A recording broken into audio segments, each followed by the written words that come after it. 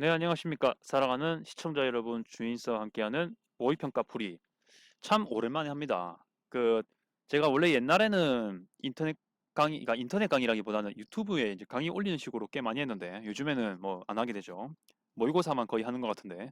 아무튼 그래도 이번에도 하게 되겠습니다. 한국사고요. 공식적으로 이 교육과정 평가원에서 내는 문제가 이게 마지막이죠. 그러니 정리를 잘 하셔야 됩니다.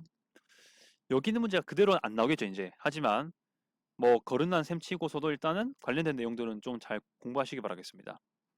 아무튼 1번 바로 들어갈게요. 뭐 어렵진 않았을 것 같지만 제가 봤을 때는 조금씩 문제들이 어려워지고 있습니다. 제가 그걸 느끼고 있습니다.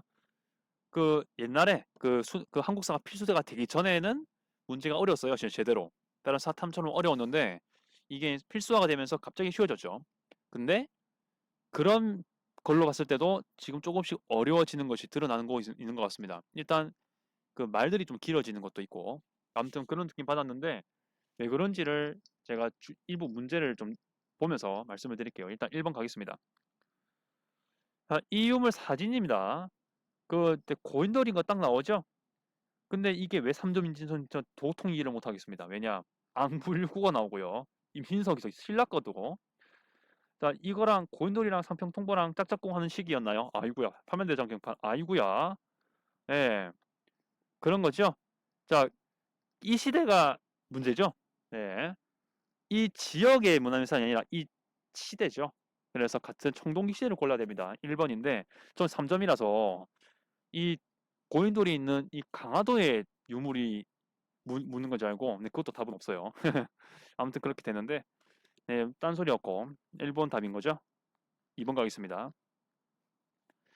가왕의 업적 딱 봐도 알죠? 뭐 신라하고 지금 진흥왕이 이렇게 지금 북한산 순수비 만들고 했죠. 그래서 이건 진흥왕 문제인데 결국 대가야병합이 답이죠. 이게 오히려 3점 돼야 됩니다. 왜냐? 2번이랑 헷갈릴 수 있기 때문에 헷갈릴 것도 없지만 우상국을 정복한 거는 지증왕 2, 4부 뭐 이때고 그래서 이렇게 될 수 있는 것이고요. 난강공모라는 건 고구려죠.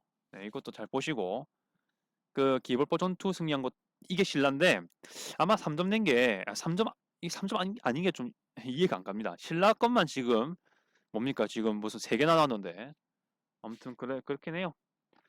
5번은 고구려 얘기죠. 을지문덕 기억하시기 바랍니다. 3번. 이것도 헷갈릴 수가 있는데 고구려의 땅 회복하고 부유의 풍속을 이었다라고 해가지고 고려 생각을 할 수가 있지만 여기서 헷갈리면 안 되는 것. 중대성, 정당성이 있습니다. 선조성이 있죠. 당나라 영향을 받은 그렇죠. 발해의 제도입니다. 네, 헷갈리시면 안 됩니다. 삼성육부 제도. 그래서 답은 해동성국이 답이가 되겠죠. 그 다음 광개동 대왕릉비를 세웠다. 네, 광개토 대왕릉비 세웠는 이 사람 이때가 장수왕이죠. 고구려입니다.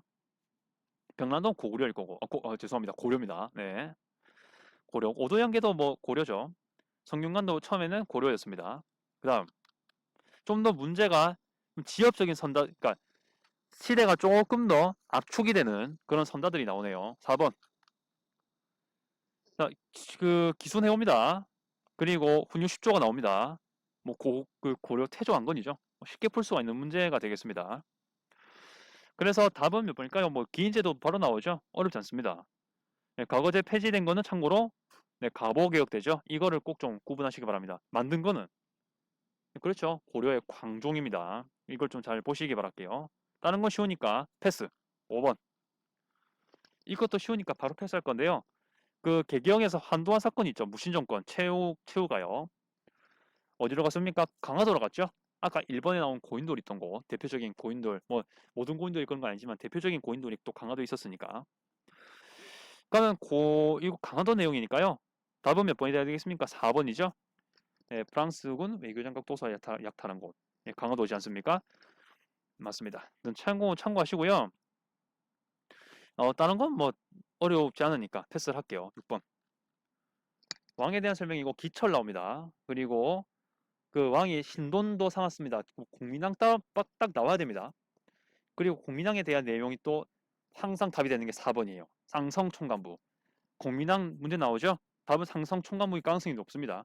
근데 이제 수능에서 그렇게 안 나오겠지 이제. 이미 이게 나왔으니까요.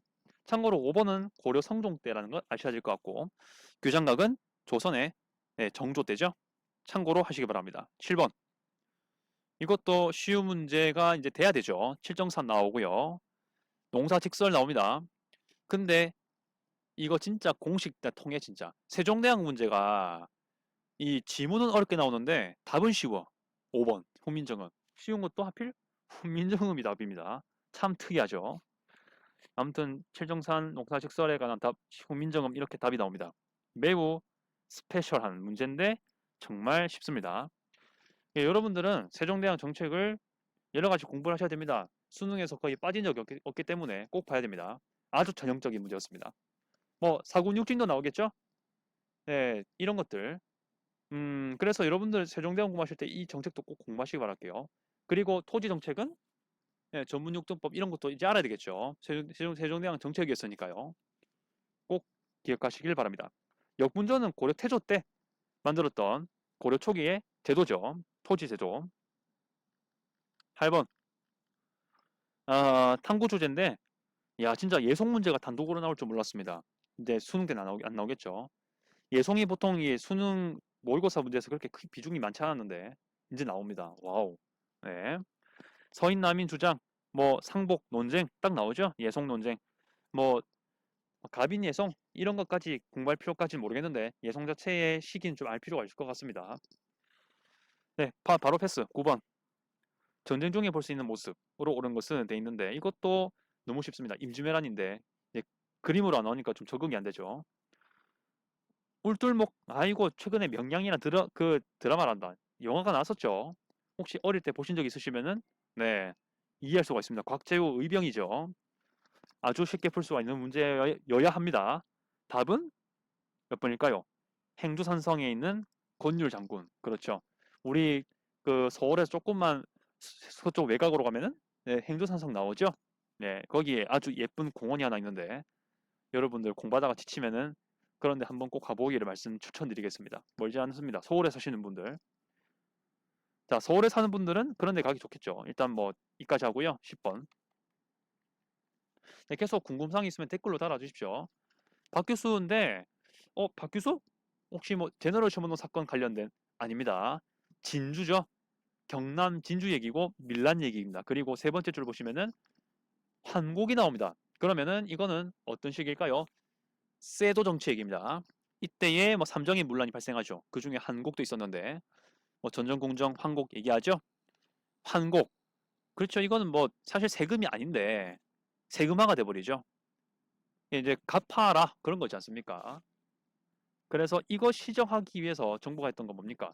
삼정의 문란이니까 삼정 이정청을 만들죠. 그게 5번이고요. 전 이 삼정 이정청이 주요 화제가 되는 문제가 될 줄 몰랐습니다. 그러니까 지금 한국사 필수화로 쉬워진 수능 모의고사 이때 이후로 삼정 이정청이 주요 문제가 된 적이 거의 없는데 지금 이게 문제가 나올 줄이야. 진짜 좀 몰랐습니다. 진주농민 공기 내용이거든요. 아주 특이한 경우니까 잘 한번 기억하시기 바랍니다. 교정도감은 무신집권기 때 내용이죠. 네, 무신집권기에 그 재충원과 관련된 그런 기관입니다. 그 다음 11번. 네, 반란 모습인데요. 별난이죠, 별난. 근데 우종총국이 나왔어 너무 쉬워. 갑신정변이 되겠습니다. 그렇죠. 그럼 이때 벌어진 모습 뭘까요?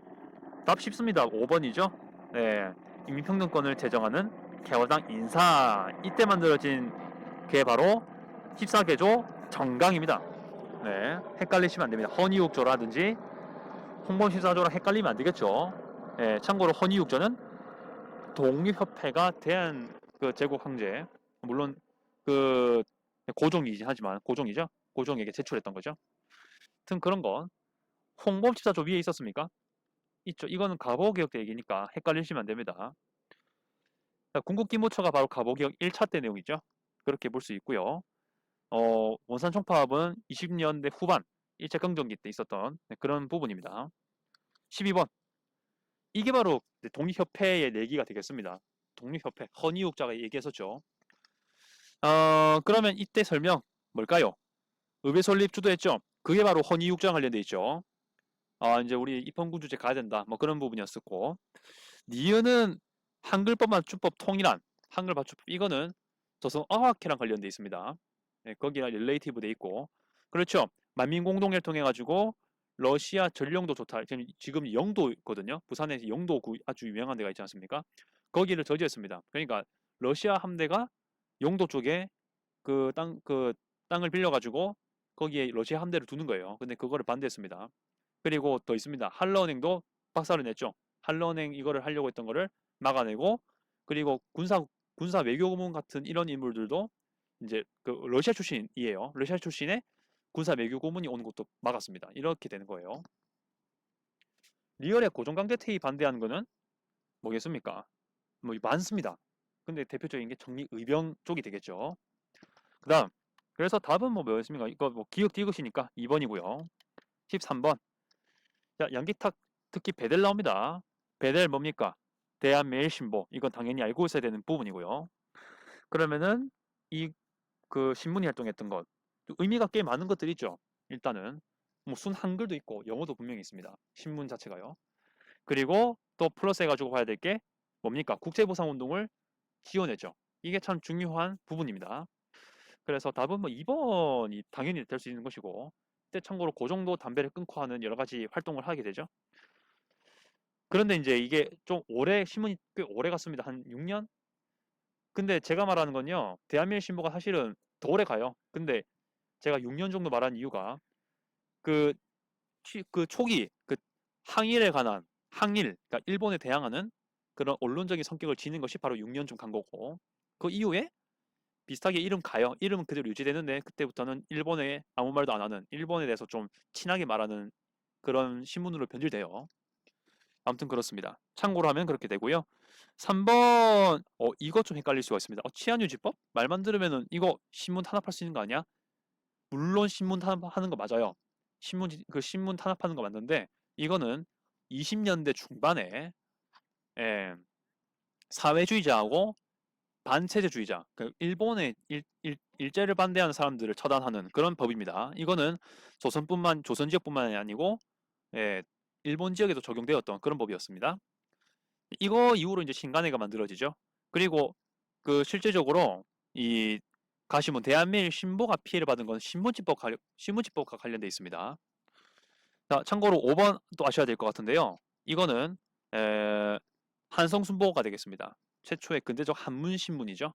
이렇게 볼 수 있고, 방문국은 신문 찍어내는 기관이죠. 정부 기관이었죠. 조선 개항 이후 때. 네, 가게 하나 만들었다. 이건 뭐 관련 없죠.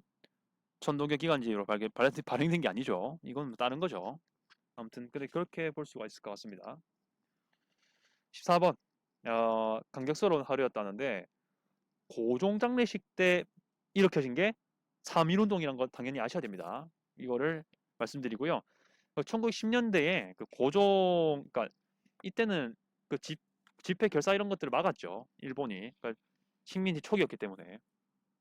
그래서 이때 사람들이 모일 수가 없었는데, 그나마 명분이 있었던 게, 그쵸, 나라님이 소천하신 그런 사건이었으니까, 고종 장례식이요. 그래서 백성들이 서울로, 지역으로 모였는 거죠. 아무튼 그런 배경들이 있습니다. 아무튼 이것 때문에 이제 그냥 무장적 짓밟는 무단 통치를 일제가 바꾸죠. 이른바 문화 통치로, 무단에서 문화로 바꾸죠. 이게 20년대 부분이고, 사실상 더 머리를 쓰는 거예요. 친일파를 더 양성시키기 위한 정책이었다고 볼 수 있죠. 네, 근데 이 민족운동이 벌어지기 직전에 발생한 것은 4번쯤 될 수 있죠. 10년대 정책이고, 간도협약은 우리나라가 일본에게 강제 병합되기 직전에 발생했던 사건이었습니다. 네, 그렇게 되고요. 딴 건 뭐 참고하시기 바라겠습니다. 15번. 신체업 내용인데요. 신체의 창조파. 대한민국 임시정부는 완전히 다른 걸로 바꿔야 된다. 이런 식으로 이제 내용이 되는 것이고, 이 인물은 의열단하고도 관련이 깊죠. 의열단을 만든 사람이니까요. 만든 사람은 아니고 그 김원봉이 만들었고, 의열단의 이 기조가 될 수 있는, 활동 강령이 될 수 있는, 활동 강령이 될 수 있는 조선혁명선언을 만들었으니까요. 그게 4번이 되겠습니다. 5번 이 부분은 여운형이죠. 잘 같이 보시기 바라겠습니다. 2번 누군지 아시겠죠? 방씨, 아주 유명한 선생님. 16번. 해소론이라는 말이 잘 나오는 게 신간해라는 걸 좀 같이 보시기 바랍니다. 아까 같이 말씀드렸죠. 20년대에, 1920년대에 일제가 치안유지법 만들어가지고 이것에 대한 대항으로 좌우합작을 추진하죠. 그게 바로 이 해소론 전에 나왔던 이 신간해가 만들어지고 이게 또 좌우합작이 잘 안 되니까 해소론으로 가는데, 물론 일제가 방해도 했어요. 근데 신간해가 진짜 키워드로 잘 많이 나오는 게, 그렇죠, 강조학생 항일운동이죠. 같이 보시기 바랍니다. 참고로 3번이고, 신간해 신민해 헷갈리면 안 됩니다. 신간해는 일제강점기 때 만들어졌고, 신민해는 일제강점기 직전에 만들어지는 1907년에 만들어지는 그런 단체죠. 최초로 공화 정체를 지향하는 105인 사건으로 관련된 신민해입니다. 17번. 이 시기에는 뭐 했다 나오는데, 국가총동원법, 이거는 1930년대 후반부터 실시된 일제강점기 정책이죠. 그래서 답은 창씨기명 나야 되죠. 뭐 쉽게 될 수 있으니까 이건 바로 패스를 할게요. 참고로 2번 낭백전은 흥선대원군이었습니다. 18번. 6.25 전쟁이죠. 인천 상륙작전입니다. 이 중에 썼던 거니까, 근데 이거는 이 6.25 전쟁이야 유명하니까 쉬운데 답이 어렵습니다. 2번이 답이에요. 발제개헌안인데, 이제 전쟁 중에 이승만이 정권을 유지하고 싶은 마음이 있었겠죠. 뭐 여러 가지 원인이 있지만 결과적으로 개헌이 될 시기니까 그 대통령 직선제로 바꾸려고 하는 그런 개헌안이 진행됩니다. 그래서 이때에 발제개헌이 통과돼가지고 대통령 직선제로 바꾸죠. 그렇게 돼가지고 원래는 이 재헌국회 때는요, 원래는 직선제가 아니고 간선제였습니다. 국회에서 대통령 뽑았는데 6.25 전쟁 중에 이 부산에 있을 때인가요? 아무튼 그 이승만 대통령이 계속 있었을 때죠. 전쟁 중에 이 법을 바꿉니다. 아무튼 그래요. 참고하시고요. 그 다음에 뭐 또 볼 게 있나요? 총선거 실시, 이거는 우리나라 최초 국회를 만들었던 그런 선거죠. 이것 때문에 이제 사실상 북한이랑 더 갈라지는 계기가 되었죠. 모스크바 3국은 독립되고 얼마 안 돼서 바로 벌어진 거죠. 참고하십시오. 19번. 통일주체국민회의는 박정희 시기 70년대 시기고요. 국가 재건 최고회의 있죠? 그거는 60년대부터 있었던 겁니다. 이렇게 해서 좀 구분하시면 될 것 같고요. 국가재건 최고회의, 이것은 60년대부터 있었던 거고, 이거는 70년대에 만들어지는 것인데, 이건 유신체제랑 관련돼 있죠. 그래서 답은 바로 뭐 긴급조치 이런 것이 나올 수가 있습니다. 이건 어렵지 않게 풀 수가 있어야 되고요.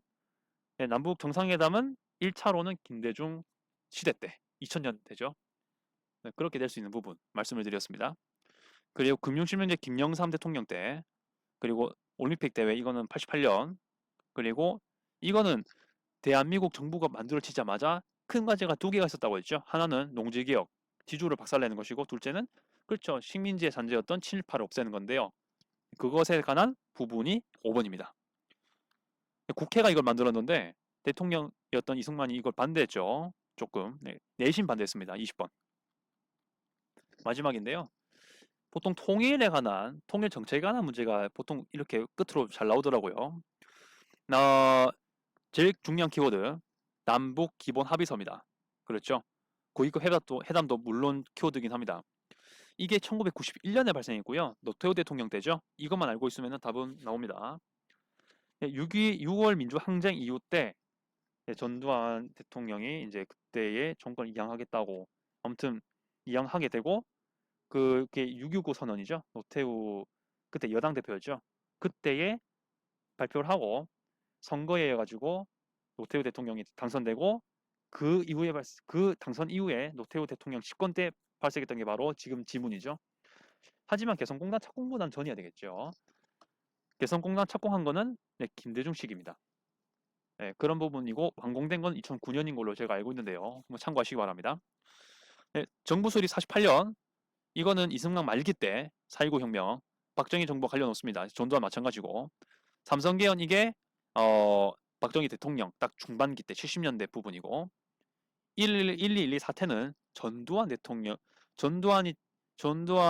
씨가 소장일 때, 투스타일 때 익혀가지고 이제 오퍼 쓴 다음에 대통령이 다시 됐죠.